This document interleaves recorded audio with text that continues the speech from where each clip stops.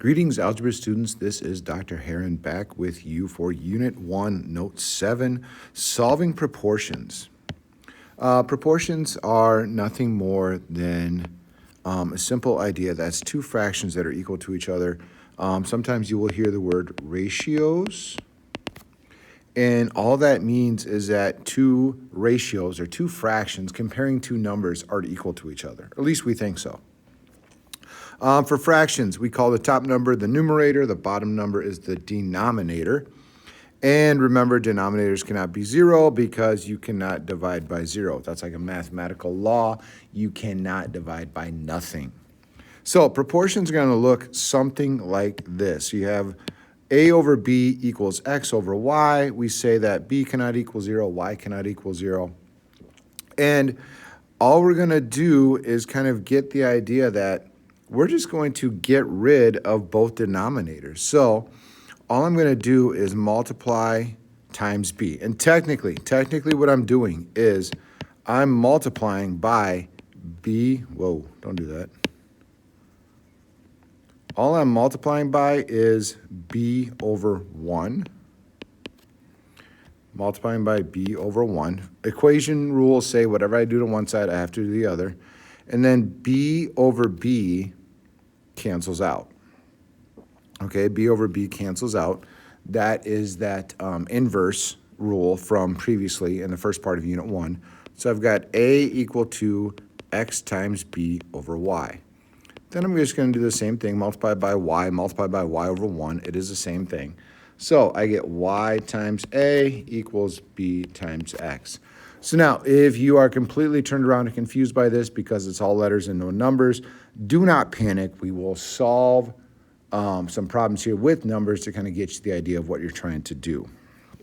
So you are just following rules of numbers, and you are just trying to rewrite it a different way that makes it easier to work with. Okay, that's all you're doing. So for here, we have g over 5 equals 6 over 10. So I want to multiply both sides by 10. So I'm going to have 10 times g over 5 equals 6. The 10 over 10 cancels out. So now if you just follow rules, multiply both sides by 5, you will get 10g, this will cancel out, equals 30. So one-step algebra, g equals 3. Another little sidebar, a little, not shortcut, but another way of thinking. If I come back to this step, 10g over 5 equals 6. Well, if you in your head thought, wait, 10 divided by 5, that's only 2, that would be fine. Then solve. You'll still get 3 for an answer. Okay, that doesn't change. So it's more than one way to do this. For that middle one, I have two negatives. So what I can do when I solve, well, let's do this first. If I multiply both sides by t cancels out. Okay, we're assuming t cannot equal 0. All right, so on this left side, I will have negative 2t over 3 equals negative 10. So now if I multiply both sides by 3, cancel out. Negative 2t equals negative 30. Divide by negative 2, divide by negative 2. T is going to equal 15. Okay, negative over negative cancels out, becomes a positive. So now step by step by step is how we're doing this. We're not trying to take any shortcuts or anything you might have remembered from before. So I'm going to multiply both sides by y because that's going to cancel out. Remember, I'm multiplying both. Technically, I'm multiplying by y over 1, but I just write y because it's just less work. So that's going to be 3. Now on this side, I'm going to have 5y over 8. So I'm going to multiply both sides by 8. So 24 equals 5y. So now I'm going to divide. So y equals 24 over 5. So y is going to be equal to 4 4/5.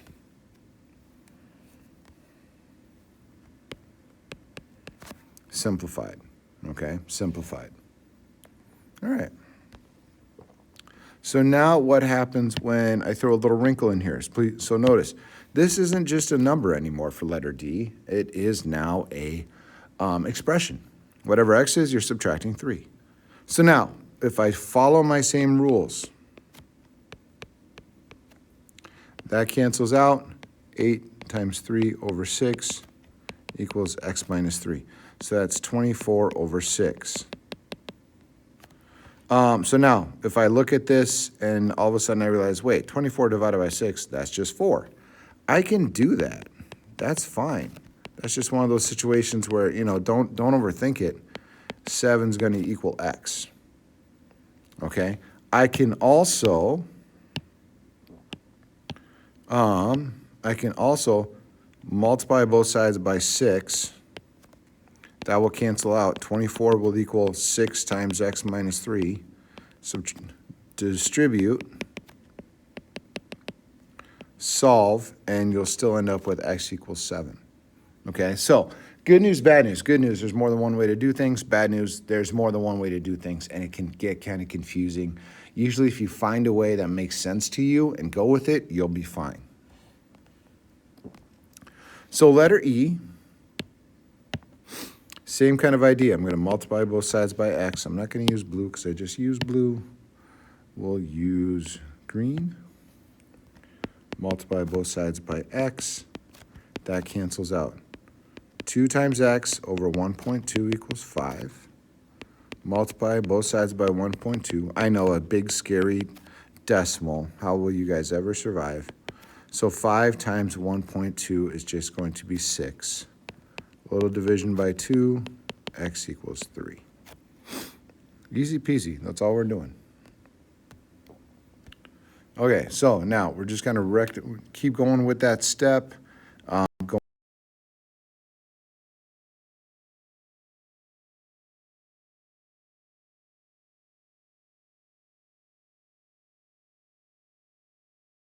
Minus 4 over 6. I'm going to follow my rules. That will cancel out. 6 times 2x minus 2 over 14 equals 2x minus 4. Now, multiplying both sides by 14. That will cancel out. So 6 times 2x minus 2 equals 14 times 2x minus 4. I can switch that order because of commutative property. So now I'm going to use distributive property twice and work from there. So that'll be 12x minus 12. That will be 28x minus 14 times 4. 10 times 4 is 40. 4 times 4 is 16. So that's going to be minus 56. Now it's a two-step algebra problem. Okay, so don't panic about that. Subtract 12x, add 56, add 56. So boom, cancels out. Boom, cancels out. Just makes a great big 0. Negative 12 plus 56, just going to be 44. 28 minus 12 is going to be 16. So divide both by 16. No, it's not going to be perfect, but you end up with 2 3/4 or 2.75 for x. There's my answer. That's what I'm doing. So don't panic just because, oh no, I've got things mixed up in here. All right, so it can also look a little bit like this, to where I'm going to follow, 8 and 8 on both sides. That's going to cancel out. I'm going to have 8 times the top all over the bottom equaling 4. So I'm going to multiply that twice. Boom. So now I'm going to distribute again. Boom, boom, 8x plus 16, 4x minus 8. So I'm going to have a negative answer. I know that much. So this just becomes 0, that just becomes 0.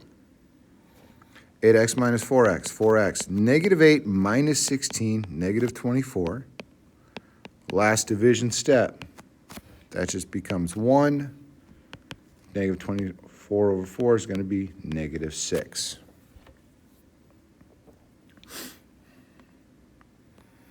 Okay, last one of these. Following the same steps, multiplying both sides by 12. And honestly, for this one, I can multiply both sides by 6 first if I wanted to. The order doesn't matter because technically it's multiplication. So that's going to cancel out. 12 times x plus 2 over 6 equals x minus 1. So now multiply both sides by 6. Cancels out. 12 times x plus 2 equals 6 times x minus 1. Distribute.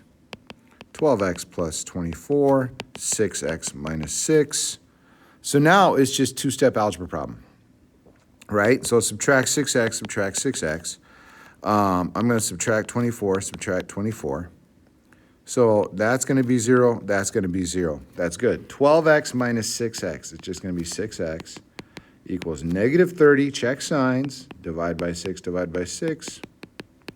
X equals negative 5. Okay, be careful. The number of kids that will try telling me that's 18 or negative 18 is going to be really high. So be careful. Be careful and nitpicky with signs.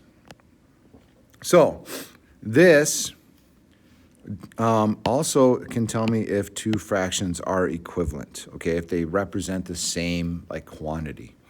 So if I take 10 over 24 and I set it equal to 7 over 18, all right, what I'm going to do is multiply both sides by 18 and multiply both sides by, so it's going to be 180 over 24. So now I multiply both sides by 24. So 24 times 7 is going to be 168. Are those equal? No, so that doesn't work. Okay, so that's all I did was kind of use that same technique to see if they're going to be equal. So negative 4.8 over 4, is that equal to negative 6.4 over 5? That's kind of what I'm asking. I'm not saying it is, I'm seeing if it is. So multiply both sides by 4. So negative 4.8, negative 6.4 times 4, it's going to be negative 25.6 over 5. So now multiply both sides by 5. That cancels out. Multiply that. I get negative 24. That's negative 25.6. So that's going to be no. If these two are equal, then it's yes, but they are not equal, so it is a no. Okay. So work on this technique, ask questions. There is a bit of a shortcut if you want to talk to your teacher about it.